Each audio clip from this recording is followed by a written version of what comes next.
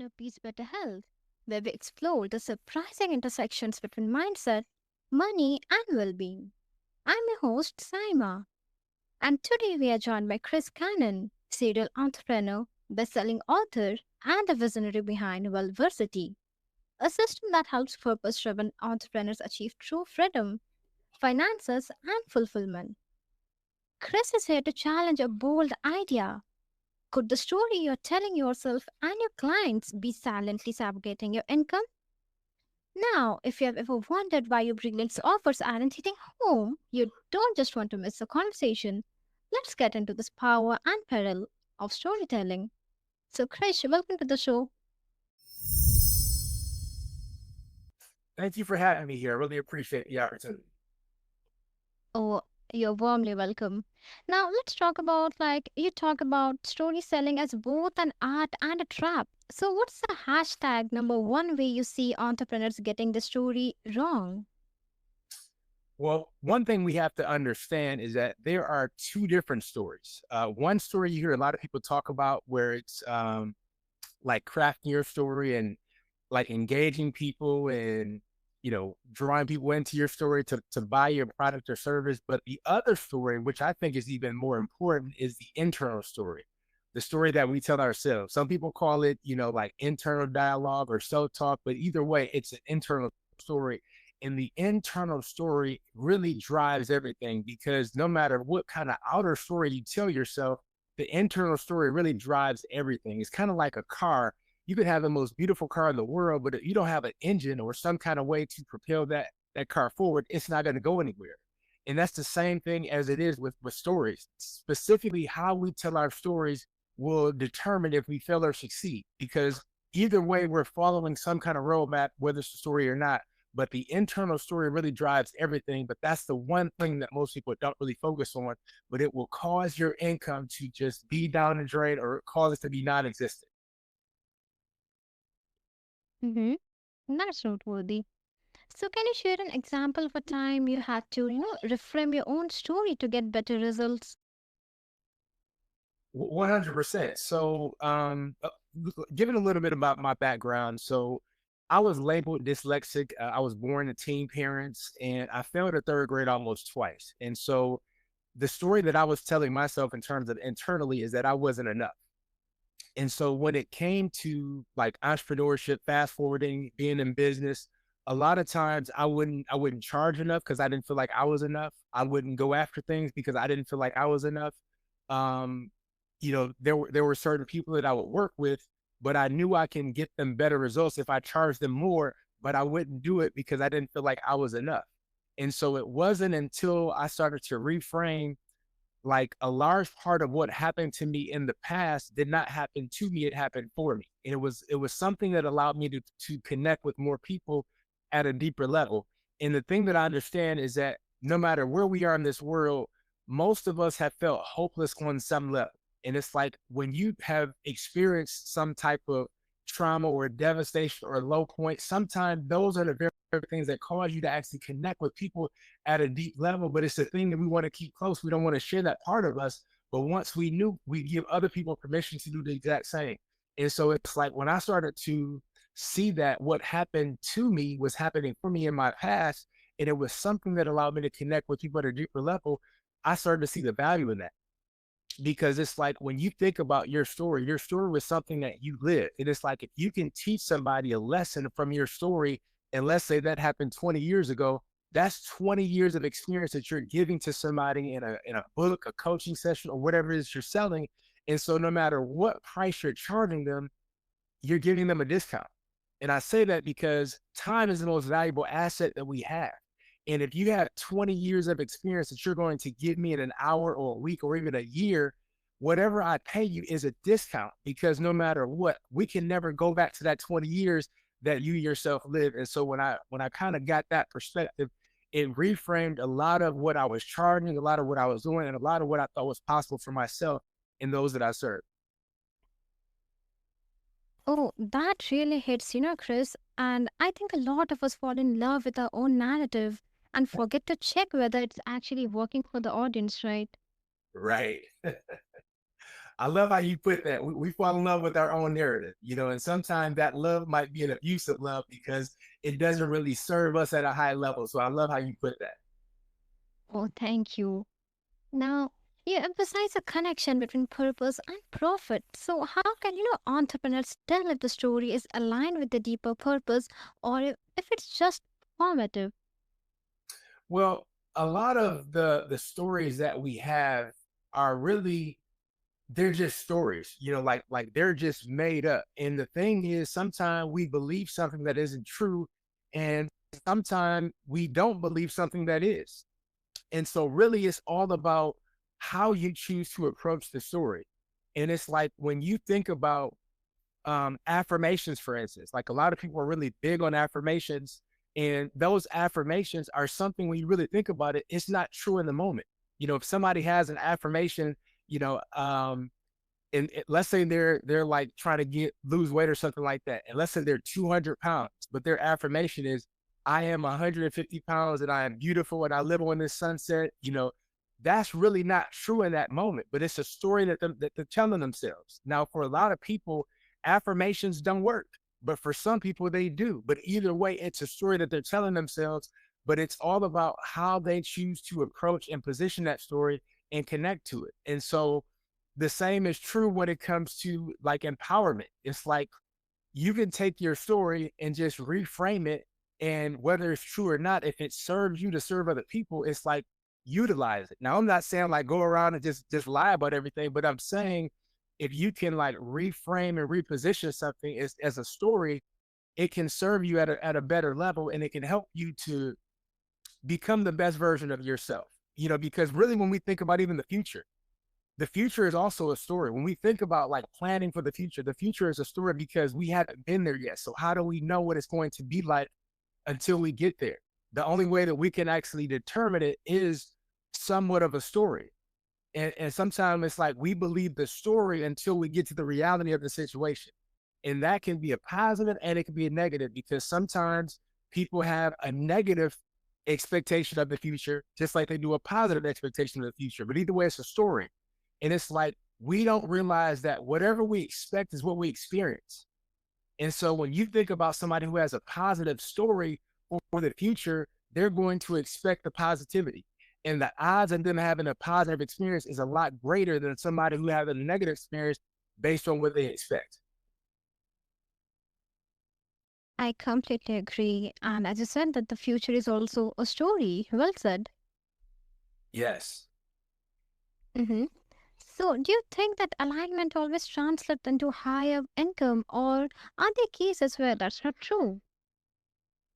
I think like stories has a direct correlation to income from the perspective that you have people that might have the same product, they might have the same content, the same information, and one person charges $47 and another person charges $4,700. They charge 100 times more, and it's the exact same thing. And the only difference is the story. And sometimes when people who like me at one point, when they feel like they're not enough, they charge accordingly.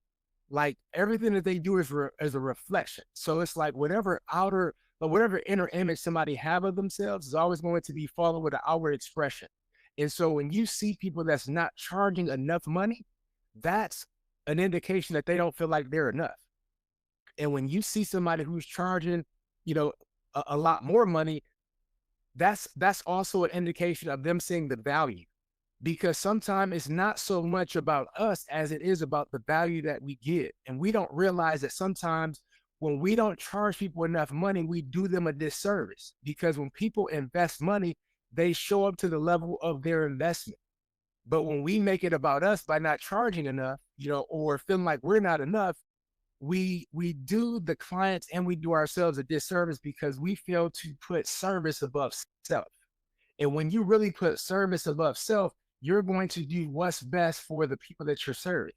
And sometimes when you charge them more money, you're actually doing them a favor, because you're allowing them to, number one, invest more in themselves, because now they feel like they're enough.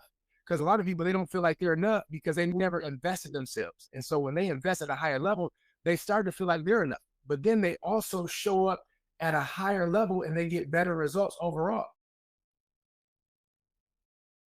Mm, I love that, Chris, that you highlight purpose here. And it's so easy to chase sales and miss the deeper current that truly sustains a business and a life, no? Right. Right. Yeah, because I really think that when it comes to business and like serving people, it's it's not so much about money. Like sometimes money is the measure that we use, but I think sometimes the best way for us to use money is to measure the amount of money we have based on the amount of people that we help them that we served. It's not so much about us. And it's like when we approach business from that regard, like we'll never have a shortage of money because we're serving people. And it's like when you serve people, what you get from the fulfillment you experience from serving them will far exceed whatever money could have done for you. Because, and I really believe that, like in life, and not just in business, but in life, I think that it's very important for us to have freedom, finances, and fulfillment. And it's like when you have all three, nothing is missing. But if you only have the money, but you don't have the fulfillment, then people they self sabotage because they find some kind of way to try to make themselves feel more fulfilled because they don't have the fulfillment. But if you have the fulfillment, but you don't have the money, that's only going to last a matter of time as well because you might have family depending on you. And it's like all of the fulfillment that you get, sometimes you can't transfer that to them to pay bills and things like that. So I think it's very critical to have all three, the finances, the freedom, and the fulfillment. And it's like when you have all three, there's nothing missing and you can serve people at a higher level because you yourself is showing up as your best self. Yeah, absolutely. So, have you seen cases where, fixing the external story led to major internal breakthroughs for clients? I have seen that. So when the external story is fixed, sometimes it can have an influence on the internal story. But again, the internal story is the most important. However, it's like the words that we speak influence us more than any other voice outside of us. And we want to start there because what we fail to understand is that like when two people are in a conflict, sometimes it's not what the other person says, but it's what the person says to themselves when the other person stops talking. So our voice is very, very influential. And so sometimes the story that you communicate externally can have an influence on how you feel internally. And it's like once you change that narrative and once you get the internal buy-in and you change that story, it starts to have this ripple effect on various areas of your life because you now start to find evidence of proof of what you're saying. And so once you do that, it just makes everything just so much easier and the kind of like the results kind of speak for themselves. That's such a refreshing perspective, Chris. And we usually think of storytelling as a business tool, but you're reminding us it's a healing tool too. Yes, because I think that even when you think about business, sometimes our home life is also a reflection of how effective that we are in business. People can have success in business, but it's like if your home life is not good, then there's only so much success that you're going to have. And it's like a lot of times our home life is driven by a story. It's also driven by the stories of the people that we are in a home with. And so it's like internal stories are not just something that are good for us to master in business, it's something for us to master in life. And it's like once we master the internal stories, we just have better connections and better relationships with everyone around us. And that also reflects in how we do business because sometimes people can be drawn to you, not so much what you say, but what you feel about yourself inside. And they don't really know how to communicate that, but they're just drawn to it. And a large part of what you feel inside that they're drawn to is a reflection of the story, number one, that you have told yourself, but also the fact that you live and just the harmony that you have in your home that's now reflected in the world by way of how you show up in it. Hmm. So, can you share one red flag entrepreneurs should watch for in the like messaging to keep it to keep it ethical and authentic? So I think one red flag in entrepreneurship is when people know they can be playing at a larger game, but they keep holding themselves back because they're trying to stay safe. So for instance, if somebody has a business, but they know they can actually serve more people, but they have like these internal thoughts of I'm not good enough, who am I to charge more or who am I to serve more or who am I to whatever, it's very important to challenge those thoughts. And earlier I said like for a lot of people affirmations don't work. And what I really encourage a lot of my clients to do is not use affirmations, but use arguments. And so whenever you have some kind of internal like negative story that comes up and it's causing you to like play small in entrepreneurship where either you're not charging more or you're not doing more, or let's say you're in business, but you've always thought about writing a book, but you're like, what am I going to write about? Create arguments around why you should be whatever or why you should do whatever. And so what does that look like? That looks like, um, if somebody wants to write a book, they can have an argument, it's important for me to write a book because, and it's like the because is whatever they want to, because I'm going to serve people at a higher level like me, and they're going to have a better life as a result of the book that I write, or because when I write this book, it's going to cause me to leave a legacy to my family that they can be proud of, or because when I share my story, it's going to cause other people to get permission to share their stories, and it's going to make so many other people's lives better as a result of it. But it's like using the because is like an argument that you can argue for your success and why you should do it. Because the thing about the mind is that it argues all the time. So if you give the mind something to argue like as a positive benefit to you, like it's arguing for something, then your mind's going to constantly look for evidence as to why we want that, like why that's important for us to have. And so the unconscious mind is going to look for evidence and seek out things to make that a reality in your life by using an argument. Because if we just use arguments as an effective tool, sky's the limit in terms of what we can have in our lives. Mm-hmm. That's a fine line to walk, Chris. And I think your answer will resonate with anyone who's ever felt uneasy about selling in that first place. Yes, and I think when it comes to selling, a lot of, and I speak for myself, like I used to have a lot of resistance against selling, and it was because of the perception that I had against selling. But when you really think of selling, selling is when you are really serving somebody at a high level. Now, I'm not talking about people trying to get somebody to buy something they really don't need, they can't use, and they're overpaying for it.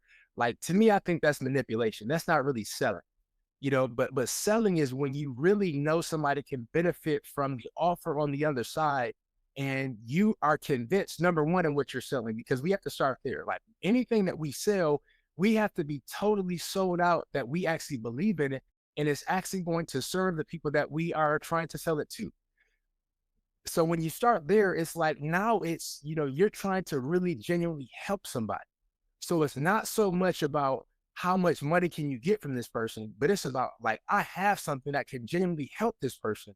And so it's like when you approach every selling situation as if you're really helping somebody, you show up with a totally different energy versus somebody show up with energy like, I'm trying to get my car note paid or my rent paid, or I'm trying to get money to buy my family food. Like you show up with a totally different energy.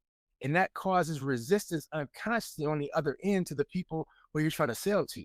But when you truly show up and you try to serve, and you're just selling somebody something that you know is in their best interest to have, sometimes we don't realize that selling is not a transference of information, it's a transference of energy.